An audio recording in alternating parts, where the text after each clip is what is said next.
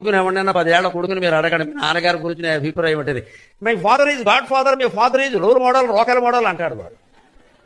ఎందుకంటే ఈ సన్నాసికి ఫాదర్ కంటే ఎవరు తెలియదు, అంతకంటే ఏం లేదు. ఈ తండ్రి అమాయకుడు, మా వాడికి ఏమిటో నేనంటే చాలా, వీడు ఇంతకంటే అమాయకుడు అసలు. వాడికి 20 ఏళ్ళు వచ్చాక అడగండి, మీ నాన్న గురించి నా అభిప్రాయం చెప్పండి అనుకో, మా నాన్నగారు మంచివాడే కానీ కొన్ని విషయాలు ఆయనకి తెలియదు అంటాడు. ఎందుకంటే వీడికి ఒక గర్ల్ ఫ్రెండ్ పరిచయం అయింది, దానికి తండ్రి ఒప్పుకోడు కదా. మంచివాడే కానంటే కొంచెం తిక్కండి అంటాడు, వీడికి ఇష్టమైంది వచ్చింది కదా అక్కడ. వాడికి 30 ఏళ్ళు వచ్చాయనుకోండి, తండ్రి ఫూల్లా కనపడతాడు. ఎందుకంటే సాఫ్ట్వేర్ ఉద్యోగం, అందమైన భార్య, నెలకు 2 లక్షల జీతం, హైదరాబాద్లో వెళ్ళా, విజయవాడలో వెళ్ళా, ఇద్దరు కలిసి అల్లా అయిపోయింది ఇక్కడ.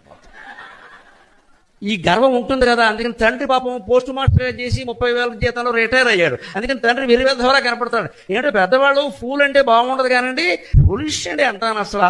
అలా పల్లెటూళ్ళలో ఉండిపోయారు. మా నాన్నగారికి డెవలప్ చేయడం తెలియదు, వీడికి ఫూల్ కింద కనపడ్డాడు. అదే 40 ఏళ్ళు వచ్చాక మీరు కొడుకుని అడగండి, మీ నాన్నగారి గురించి నా అభిప్రాయం ఏంటంటే, పెద్దవాళ్ళు చెప్పారంటే ఊరికే చెప్తారేంటంటే, అనుభవం మీద చెప్తారంట. ఎందుకని వీడికి ఇద్దరు తయారయ్యారు అప్పటి. వాళ్ళు వీడి మాట వింటలేదు.